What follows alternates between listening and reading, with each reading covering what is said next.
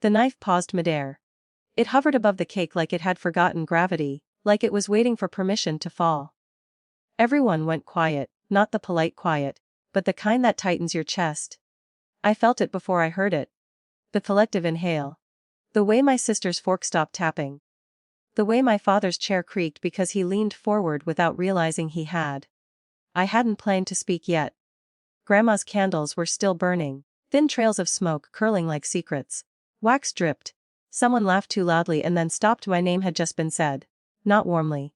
Not kindly, so. My aunt said. Clapping her hands together, eyes already sliding past me, we're doing updates. Who's next? They always did this, a ritual disguised as curiosity. Promotions were applauded. Engagements were toasted. Babies were paraded like proof of worth. Then there was me. The quiet disappointment. I could feel the old script trying to snap into place. Shrug. Modest smile. Something vague about working on things. Let them nod. Let them forget me again. The knife trembled. I didn't look at anyone when I spoke. I stared at the cake. My startup was just acquired. I said. Someone snorted, thinking it was a joke, for $1.8 million. That was when my sister's smile dropped. It fell off her face like it had been yanked by a wire. My father leaned close to her ear, but he wasn't whispering to her. He was whispering to himself. Is that true? I finally looked up and smiled. I had learned, a long time ago, of being underestimated. In this family, silence was read as weakness. Thoughtfulness was laziness. Not demanding attention meant you didn't deserve it. They filled rooms with noise and called it confidence. I learned to sit still and watch the currents move around me. My sister, golden loud, chronically praised, had always been the benchmark. Straight A's, big personality. A job with a title that sounded important even when it wasn't. She had learned early how to perform success. How to speak it into existence. I learned something else. I learned how to disappear. At holidays, I was seated near the kids' table long after I was a kid. Conversations skipped over me like stones across water. If I spoke, someone interrupted. If I didn't, someone commented on it. You're so quiet, they'd say, not curious, concerned, as if it were a diagnosis. My father once called me late bloomer, in front of everyone. My sister laughed. Grandma squeezed my hand like an apology. She didn't know how to say it. I smiled. I always smiled, and I kept notes. The first red flag came years ago. Subtle enough to doubt. A joke my sister made about my little side project. The way she asked questions that felt casual but landed sharp. What stack was I using? Who else was involved? Had I incorporated yet? She was curious, she said. Supportive. I didn't correct her when she misnamed the product. I didn't tell her when the beta launched. I didn't mention the angel investor who wired money without blinking. I watched. At Thanksgiving, I caught her scrolling through her phone, pausing when my name lit up in her email inbox, just a subject line preview. She locked the screen too fast. Smiled too hard. Probably nothing, I told myself. Family doesn't steal from family. That belief lasted until I saw the pitch deck. It was months later. I was at a co-working space, killing time between meetings, when a screen behind me lit up with slides that felt familiar. Too familiar. Same problem statement. Same market framing. Same phrasing I had agonized over at 2 a.m. Different logo. I turned. My sister stood at the front of the room, confident, glowing. Pitching my idea with her name stamped across it. I didn't move. I listened. She told my story better than I ever had. She sold the pain point. She promised scale. She smiled like she had earned it.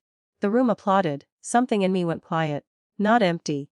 Focused. I waited until everyone left. Until she was packing up cables and congratulations. I said her name once. She flinched. Just a little. She denied it, of course. Laughed.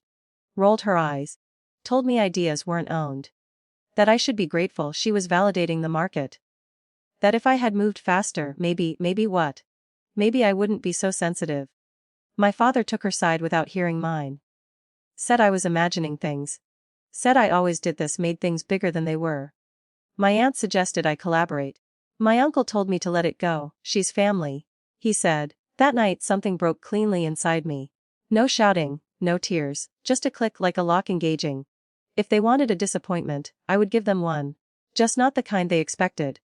I didn't confront her again. I documented screenshots, version histories, emails forwarded to myself with timestamps, investor messages, early commits. I spoke to a lawyer quietly. incorporated properly, tightened everything, then I accelerated. While she chased visibility, I chased execution. While she pitched. While she talked about vision, I closed deals. I let her believe she was ahead, I even fed it. A casual mention here. A half-truth there. Let her mirror me while I moved 2 steps sideways. The acquisition talks began 6 months later. I didn't tell anyone. Not even Grandma. Especially not Grandma, because news travels fast when wrapped in pride. When the paperwork was signed, I sat alone in my apartment and listened to the city hum.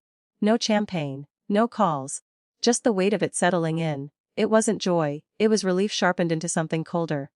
Grandma's birthday was inevitable. 90 years deserved a crowd. Balloons, cake too sweet. Family orbiting her like planets ran a sun that had seen too much. I watched my sister work the room. Already warmed up, already glowing. I saw the moment she realized something was off, the way people looked at me differently. Like they had heard something they weren't supposed to yet. Then the update started. When it came to her, she spoke beautifully. A new round of funding. Growth. Big plans. Applause bloomed on cue. Then the attention drifted to me, thin and awkward. I delivered my line. The silence that followed was exquisite. My sister's face went pale. My father whispered his question. My aunt dropped her fork. I let it stretch. Yes, I said, it's true. I didn't look at my sister when she started talking too fast. Correcting me, reframing, trying to reclaim oxygen. I addressed the room. Calm, precise, I explained the timeline, the sale, the terms. I didn't accuse. I didn't need to. She interrupted once too often. That's not how it happened. She said, voice cracking. I met her eyes for the first time that night. That's exactly how it happened. I said. I have the documents if anyone's curious. No one asked. They didn't. Lount was quiet. Surgical, investors pulled out of her company within weeks. Questions surfaced. Comparisons were drawn. She called me once, late, crying, angry, begging. I let it ring. My father apologized without saying the word. Grandma kissed my cheek and said she always knew I was paying attention. They stopped calling me quiet. They started calling me private. I didn't correct them. Some victories don't need applause. Some justice is best served without witnesses. I left the party early that night. Stepped into the cold. Let the door close behind me. For the first time, the silence didn't belong to them. It belonged to me.